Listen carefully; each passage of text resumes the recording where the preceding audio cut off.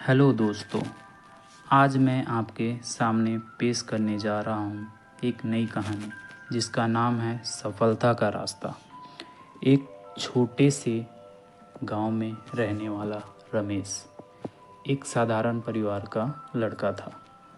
उसका परिवार गरीबी की रेखा के नीचे जीवन यापन करता था।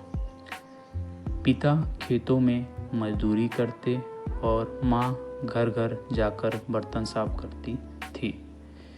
रमेश के पास ना तो अच्छे कपड़े थे ना ही पेट भर खाना, लेकिन उसके मन में एक आग थी, सपनों की आग।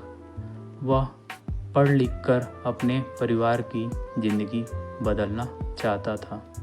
यह कहानी उसी रमेश के संघर्ष, मेहनत और सफलता की है। सपनों की शुरुआत रमेश जब छोटा था तब गांव के स्कूल में पढ़ने जाता था। स्कूल की इमारत जर्जर थी और किताबें पुरानी, फिर भी रमेश के लिए वह स्कूल किसी मंदिर से कम नहीं था। उसका सपना था कि वह एक दिन इंजीनियर बने और अपने गांव में बिजली, पानी और सड़क जैसी सुविधाएं लाए। वह रात को मिट्टी के तेल के लैंप की रोशनी में पढ़ता, क्योंकि उनके घर में बिजली नहीं थी। उसके शिक्षक मास्टर जी रमेश की लगन को देखकर प्रभावित थे। एक दिन मास्टर जी ने उसे बुलाया और कहा, रमेश, तुमसे कुछ खास है। अगर तुम मेहनत करते रहे तो एक दिन बड़ा आदमी बनोगे। इन शब्दों ने रमेश के मन में नई उम्मीद जगा दी। उसने ठान लिया कि वह अपने सपनों को हकीकत में बदलेगा। पहली चुनौती जब रमेश 10वीं कक्षा में पहुंचा तो परिवार की आर्थिक स्थिति और खराब हो गई। पिता की तबीयत खराब रहने लगी और माँ की कमाई से घर मुश्किल से चलता था।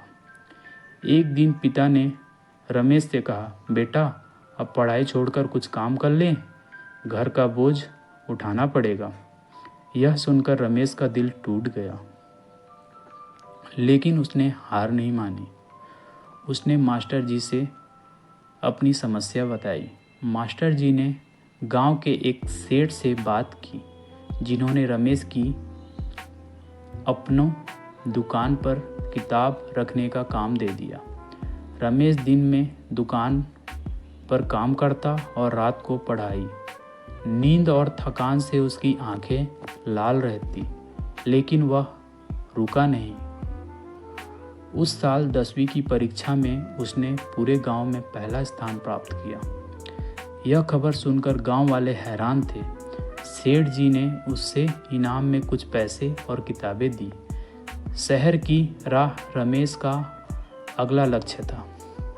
12वीं की पढ़ाई पूरी करना और इंजीनियरिंग कॉलेज में दाखिला लेना, लेकिन गांव के स्कूल में विज्ञान की पढ़ाई की सुविधा नहीं थी।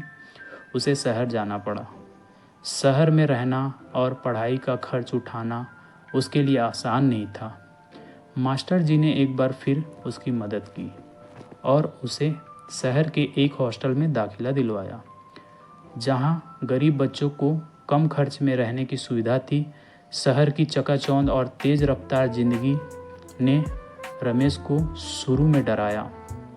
वहाँ के बच्चे अच्छे कपड़े पहनते, महंगे गैजेट्स इस्तेमाल करते और इंग्लिश में बात करते। रमेश को अपनी हिंदी और साधारण पहनावे पर शर्मिंदगी महसूस होती। कुछ बच्चे उसका मजाक भी उड़ाते, लेकिन उसने इन बातों को दिल से नहीं लगाया। उसका ध्यान सिर्फ पढ़ाई पर था। मेहनत का फल रमेश ने दिन रात मेहनत की। वह सुबह जल्दी उठकर लाइब्रेरी जाता और देर रात तक पढ़ता। उसने इंजीनियरिंग प्रवेश परीक्षा की तैयारी शुरू की। उसका एक दोस्त अजय, जो हॉस्टल में उसके साथ रहता था, उसकी बहुत मदद करता। अजय के पास अच्छी किताबें थी जो वह रमेश के साथ साझा करता। दोनों मिलकर ग्रुप स्टडी करते और एक दूसरे को प्रेरित करते। परीक्षा का दिन आया। रमेश ने पूरी मेहनत और आत्मविश्वास के साथ पेपर दिया। जब रिजल्ट आया तो उसका नाम देश के टॉप इंजीनियरिंग कॉलेज में चुना गया।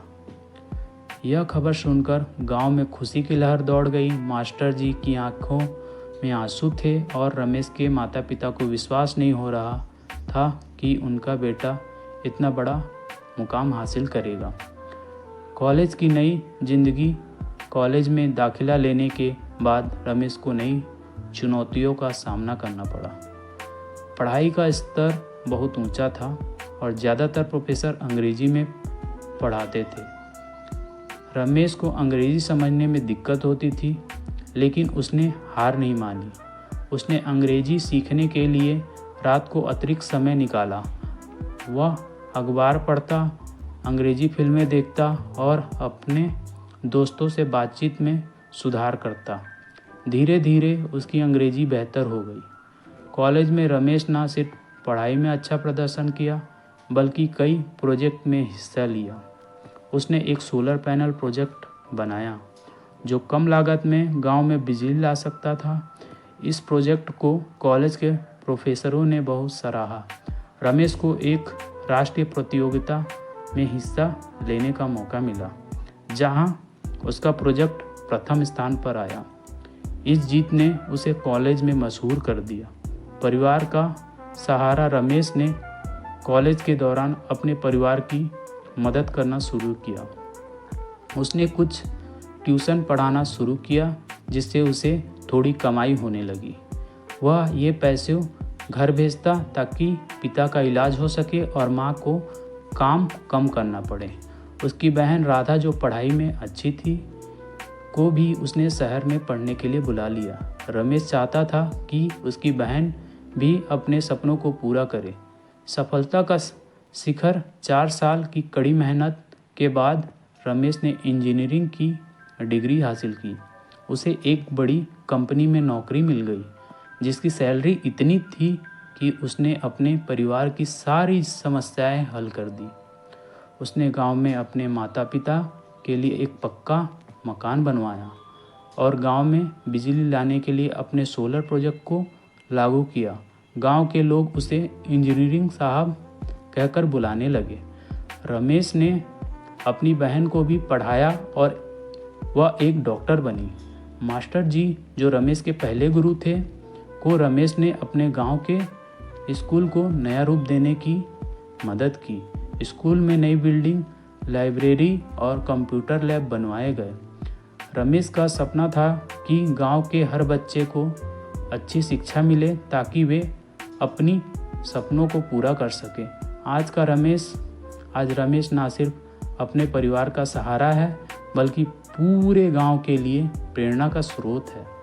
उसकी कहानी गांव के बच्चों को सिखाती है कि गरीबी, मुश्किलें और कमियां इंसान को रोक नहीं सकती, अगर उसके पास मेहनत करने का जज्बा और सपनों को पूरा करने की लगन हो।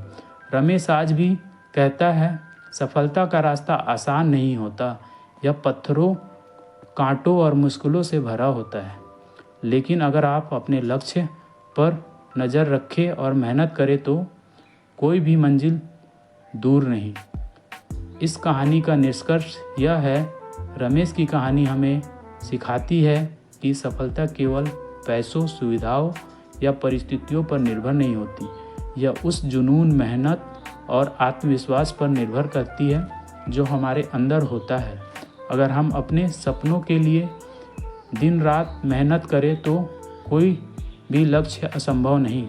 रमेश ने न सिर्फ अपनी ज़िंदगी बदली, बल्कि अपने परिवार और गांव को भी नई रोशनी दी। उसकी कहानी हर उस इंसान के लिए प्रेरणा है जो मुश्किल के बीच भी अपनी सपनों को सच करना चाहता है। तो दोस्तों, अगर आपको आज की ये कहानी पसंद आई हो तो please like, share and subscribe करें।